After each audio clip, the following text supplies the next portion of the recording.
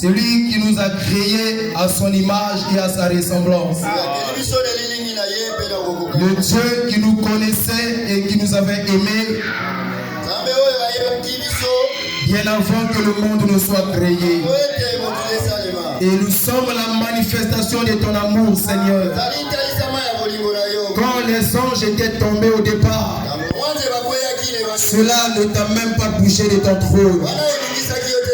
Mais quand l'homme attend, le Fils de Dieu est tombé. Tu t'es levé de ton trône. Tu es descendu sur la terre pour constater les faits toi-même. Et c'est ce qui a fait que Dieu, tu puisses quitter le trône de gloire, que tu viennes sur la terre, porter un corps de chair, en tant que parole rédempteur, pour me racheter, pour racheter mon frère, pour racheter ma soeur, pour racheter ton église, afin de nous redonner l'image de Dieu que nous avions perdue. Et aujourd'hui, par le Saint-Esprit, nous sommes encore appelés fils de Dieu. Béni sois-tu, Saint-Père. Descends encore ce soir et garde l'homme du chemin. Viens nous parler, Seigneur. Bénis le peuple qui est venu à toi. Pas pour écouter un homme, mais pour t'écouter toi, Dieu. Nous remettons simplement à toi. Élève Élève-nous dans les lieux célestes en Jésus-Christ et manifeste ta gloire au milieu de nous. Dans le tout-puissant nom de notre Seigneur et Sauveur Jésus-Christ, le Dieu infaillible et tout-puissant, nous disons tous Amen. Amen. Amen. Acclamons encore le Seigneur Jésus-Christ.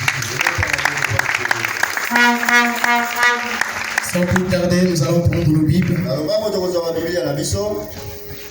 dans l'épître aux Colossiens, Thessaloniciens, pardon, 1 Thessaloniciens. 1 Thessaloniciens chapitre 4. 1 Thessaloniciens chapitre 4. À partir du verset 13. Lisons au nom du Seigneur. La Bible dit ceci. Nous ne voulons pas, frères, que vous soyez dans l'ignorance au sujet de ceux qui dorment, afin que vous ne vous affligez pas comme les autres qui n'ont point d'espérance. Car si nous croyons que Jésus est mort et qu'il est ressuscité, croyons aussi que Dieu ramènera par Jésus et avec lui ceux qui sont morts. Vous le croyez? Voici en effet ce que nous vous déclarons d'après la parole du Seigneur. Nous les vivants, restez pour l'avènement du Seigneur. Nous ne dévancerons pas ceux qui sont morts. Frère Branham dit que le bon mot ici, c'est nous ne ferons pas obstacle à ceux qui sont morts. Amen. Alors il dit, car le Seigneur lui-même a un signal donné. Dans la version Darby, il est dit avec le cri de commandement. Le cri du commandement à la voix d'un archange et au son de la trompette de Dieu descendra du ciel et les morts en Christ ressusciteront premièrement.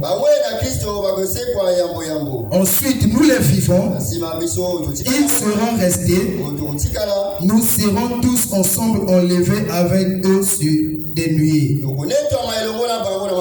à la rencontre du Seigneur dans les airs. Et ainsi nous serons toujours avec le Seigneur. Consolez-vous donc les uns les autres par ces paroles. Que le Seigneur ajoute les bénédictions à la lecture de sa parole. Merci, vous pouvez vous asseoir. Vous vous sentez bien ce soir? Est-ce que vous vous sentez bien? Frère Père Lèche, ça va? Ça va bien. Que Dieu te bénisse. Amen. Je vous prie de enlever le sous-titre. Là, nous allons changer ce sous-titre. Nous allons prendre un autre sous-titre. Mais je vais d'abord insister sur ce que nous nous sommes dit les fois passées. Vous allez mettre là-bas la seconde venue du Seigneur et l'enlèvement de l'épouse. Nous allons nous entretenir autour de ces sujets-là. La seconde venue du Seigneur et l'enlèvement de l'épouse. Mais avant d'entrer là-dedans, je voudrais insister en quelques minutes sur les conséquences du choix. Parce que vous allez constater que quand j'ai abordé ce sujet, j'ai plus parlé du choix du conjoint. Et je n'ai pas touché à fond le choix de l'endroit où nous passerons l'éternité. Et Frère Branham dit que le choix est une chose très importante et qui a des conséquences dans la vie d'un homme.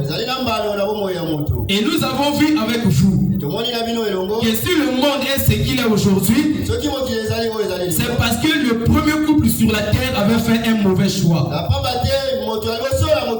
Parce que Dieu les avait placés dans le jardin d'Éden pour qu'ils puissent cultiver cultiver la terre et garder la terre. En d'autres termes, ce sont eux qui commandaient la terre. Adam et Ève, son épouse. Et Dieu avait mis une loi là-bas. Quelque chose qu'il ne devait pas franchir.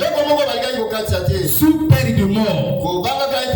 Et nous avons vu avec vous que quand Adam a désobéi à cela, en faisant son propre choix, alors il a brisé le programme de Dieu. Et la conséquence, c'est ce que nous vivons aujourd'hui. Il y a maintenant des gens qui sont en train de mourir. Il y a des cimetières. Il y a des tombes. Les gens sont en difficulté. Et Frère Branham dit que quand Adam a fait ce mauvais choix, il a perdu l'héritage que Dieu lui avait donné. Parce que l'héritage d'Adam, c'était la terre. C'est lui qui commandait la terre. Et quand il a perdu son héritage, il a aussi perdu son droit à la vie. Parce que la volonté parfaite de Dieu, c'est que Adam devrait vivre éternellement heureux sur la terre. Mais au lieu d'accomplir cette volonté, Adam a brisé la continuité de Dieu en désobéissant à la loi du Seigneur et en faisant un mauvais choix.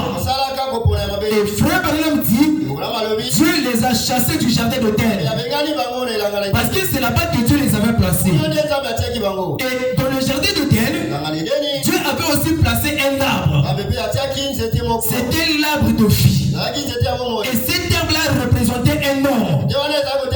Les Écritures nous renseignent que cet arbre-là qui était là-bas, en fait, Dieu avait placé ça au moment voulu par lui-même.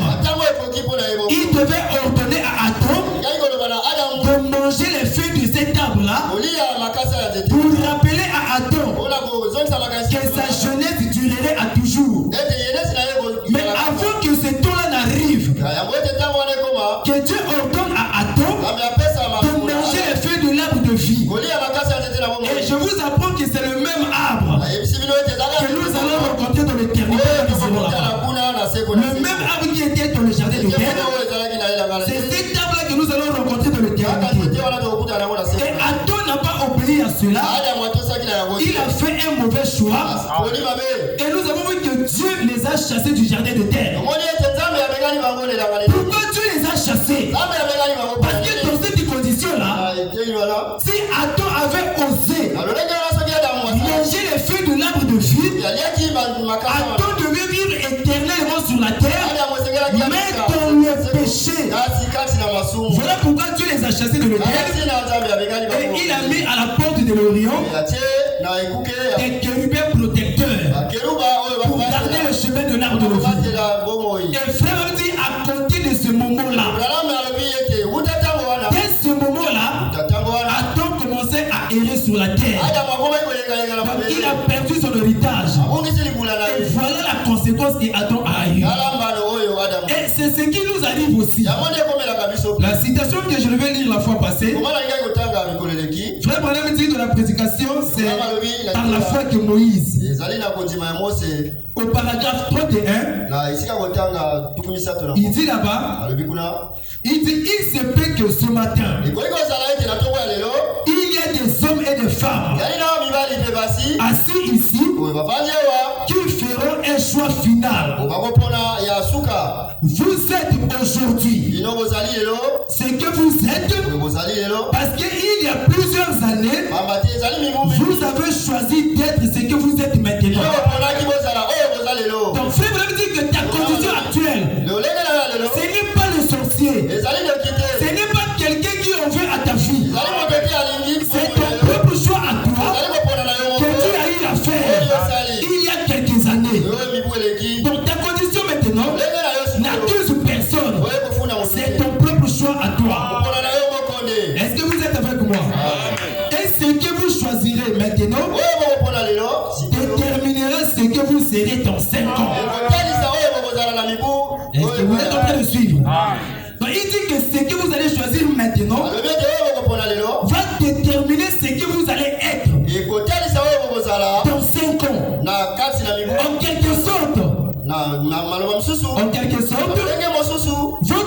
aujourd'hui, vous donnerez des conséquences dans 5 ans. C'est par rapport à votre propre choix. Parce que le choix a des conséquences. Et nous avons dit que le choix est une liberté.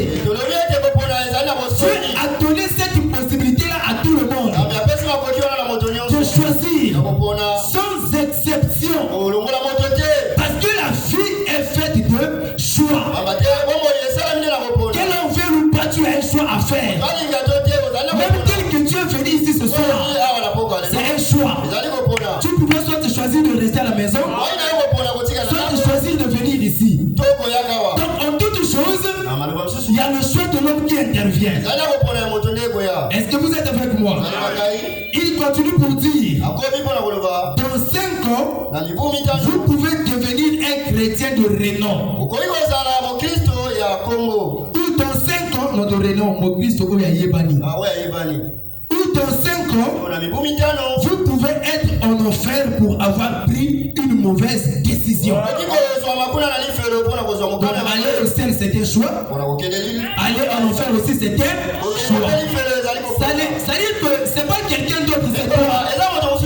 Tu as fait ce choix-là. Parce que Dieu avait dit à Moïse, j'ai placé devant toi le bien et le mal, la mort et la vie. Mais moi, Dieu, je te conseillerais de choisir le bien et la vie pour que tu puisses vivre. Ta condition actuelle, c'est la conséquence de ton propre choix. Amen. Il dit, mais il vous faut faire un choix. Et ne considérez pas ce que vous voyez. Faites votre choix d'après ce que vous voyez par la foi. C'est l'unique chose qui va compter. Le choix que vous faites par la foi. L'autre alors il devait faire un choix. Abraham avait donné à l'autre de faire un choix. Et Dieu vous donne selon votre choix.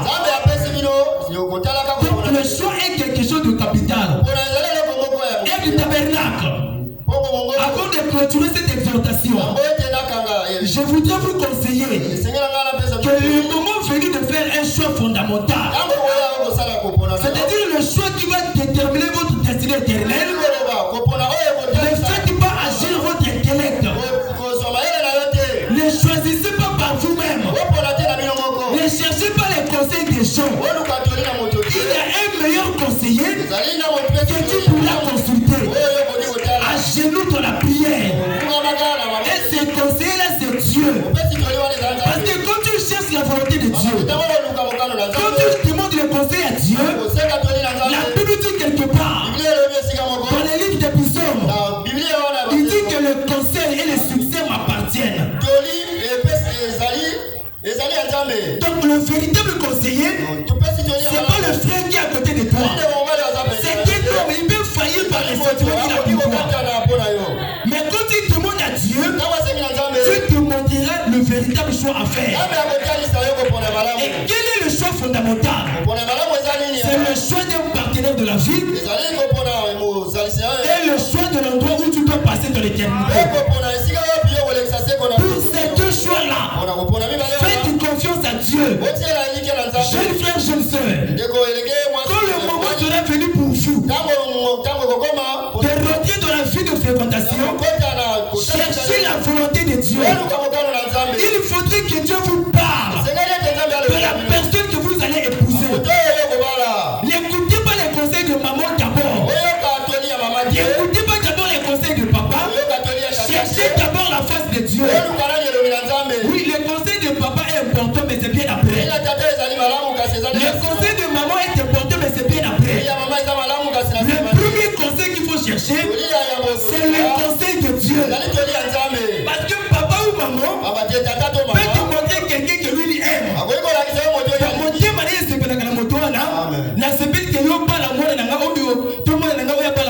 Ça c'est maman.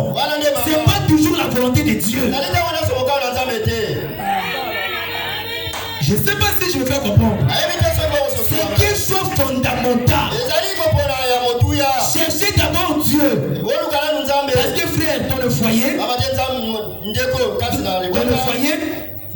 problèmes viendront, et quand les problèmes viendront, si tu avais écouté les conseils de maman ou les conseils de papa, ce jour-là tu vas accuser ton père et ta mère.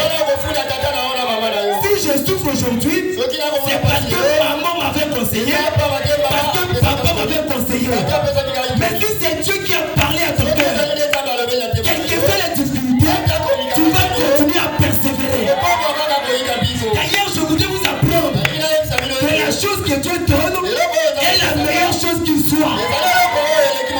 Frère Branham dit, dans le choix d'une épouse, il dit que la meilleure chose que Dieu donne à un homme, après le salut, c'est la femme. Et la Bible dit, c'est la bénédiction de l'Éternel qui enrichit et qui ne la fait vivre d'aucun chagrin. Ceux qui savent me taper sur mon balouana, appelez sur moi si on a Makambo Koyaka, mais vous trouverez la solution dans la Bible. Parce que c'est Dieu qui vous a parlé. Et je voudrais vous apprendre qu'il y a certaines personnes, n'essayez jamais de vous associer à eux. Amen. Parce que vous venez de familles différentes. Et des familles ont des totems et des malédictions. C'est pourquoi, frères et sœurs, prenez le temps de la prière. Ne soyez pas pressés. Consacrez-vous. Il faudrait que Dieu vous parle. Ne suivez pas la beauté physique. Cette beauté-là est faillible.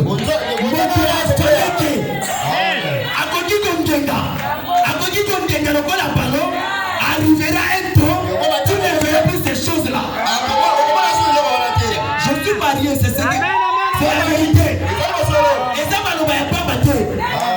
Un vrai prédicateur doit parler des choses qu'il connaît parfaitement bien. Les jeunes sœurs que vous voyez là, c'est bien. Faites 10 ans, c'est fort.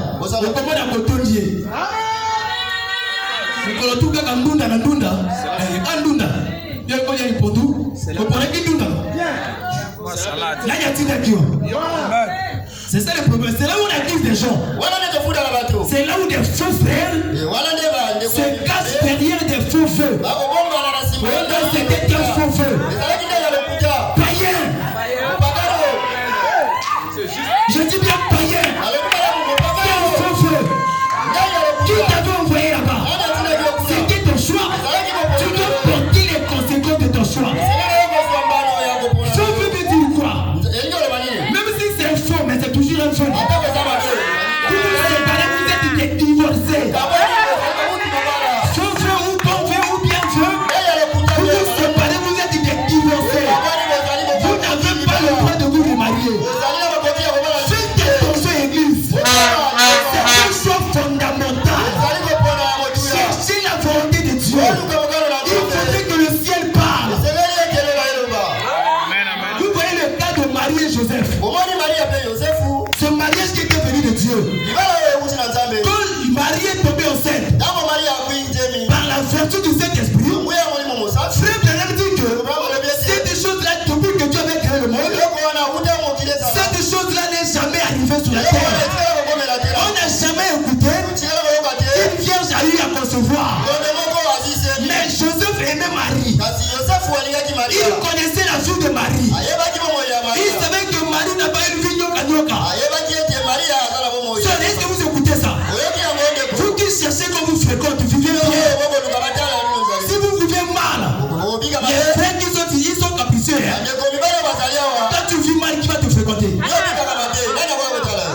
Après, pendant que tu seras chez le frère, frère Al-Makambu. Des fois, c'est Mamadou et Bineta.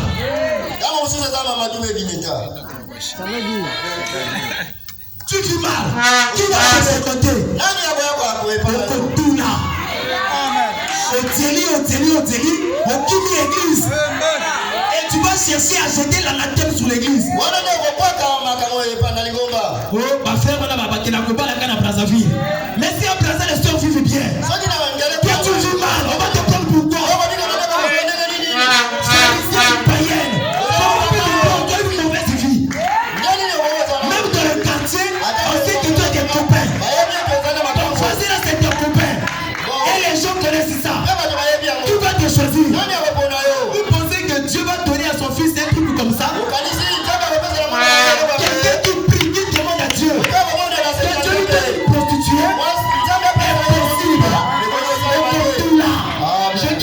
tout là. Je vais entendre la main là-bas. Je vais entendre la main.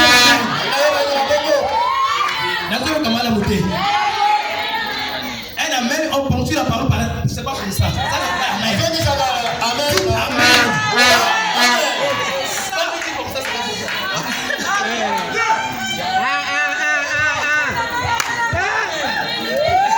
Ça c'est quel genre d'amen? Ça c'est amen. Ça veut dire que tu es touché. Amen. Même si ça te touche, c'est quand même amen. Cette puissance là va te délivrer. Tu dis amen, sois sincère dans ton cœur. Comment va te délivrer? Tu dis quel démon? C'est le démon de la publicité. Et alors que je me tiens ici, au nom de Jésus, je chasse le démon de la publicité.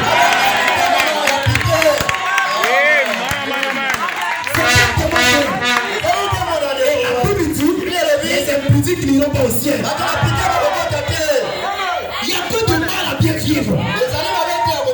Jésus a dit mes commandements ne sont pas pénibles. Si tu ne veux pas vivre la parole, pourquoi tu es au milieu de nous? On ne peut pas suivre 2 mètres à la fois. Tu ne peux pas suivre Dieu et maman. C'est une impossibilité. Même en mathématiques, on ne peut pas démontrer ça. Vous allez toujours trouver l'infini. Parce qu'il n'y a pas de réponse. Est-ce que vous écoutez ça? On ne peut pas suivre 2 mètres à la fois. Soit tu sers Dieu, soit tu sers le monde. Frère, le mariage, ça scelle les vies. Et c'est quelque chose de sérieux. Et c'est comme ça que quand Joseph a vu Marie, frère Branham dit, Joseph voulait bien croire à ce que Marie lui disait. Parce que Joseph n'avait jamais connu Marie. Il constate que Marie devient enceinte. Sur Marie, explique-moi ça. Au nom lorsque Gabriel est apparu, il m'a parlé, j'ai cru, il m'a venu de le ventre. Joseph était un fils de Dieu. Frère Denis m'a dit qu'il voulait bien voir Marie.